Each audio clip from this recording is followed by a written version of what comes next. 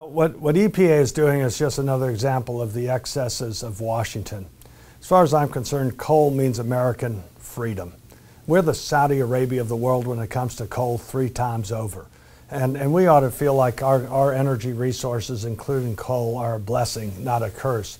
What EPA is doing is a backdoor way of putting into effect this cap-and-trade energy tax scheme, which is a very regressive approach which would cause skyrocketing electricity costs and hurting mostly lower and middle income working families who do not have the extra money to be spending for higher electricity costs. If coal is, and they are, right now the effect of all of this is outlawing coal with this assault by EPA, this unelected, unaccountable bureaucracy in Washington, and they need to be stopped, and they need to be stopped right away because as stated in this question, you're seeing already a diminishment of coal for affordable, reliable electricity in our country.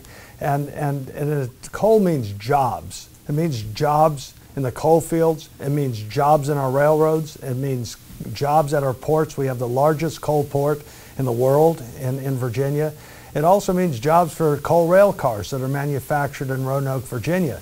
And coal means affordable electricity for all the rest of us. We in Virginia are trying to attract more data centers. Well, one of the biggest costs of running a data center is electricity. So with the incentives that have been passed to try to get more data centers in Virginia, if you have these higher costs for electricity, we're negating some of the advantages we're trying to get over, say, states to the north of us who have much higher electricity rates.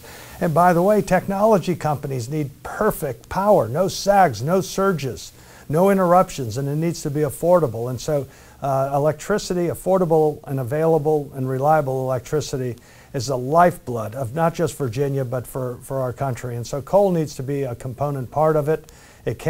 Coal is ours, it's affordable, relatively affordable, and it can be done much more cleanly than ever before. And so we ought to be using clean coal technology. And for that matter, coal can be liquefied into a syn fuel.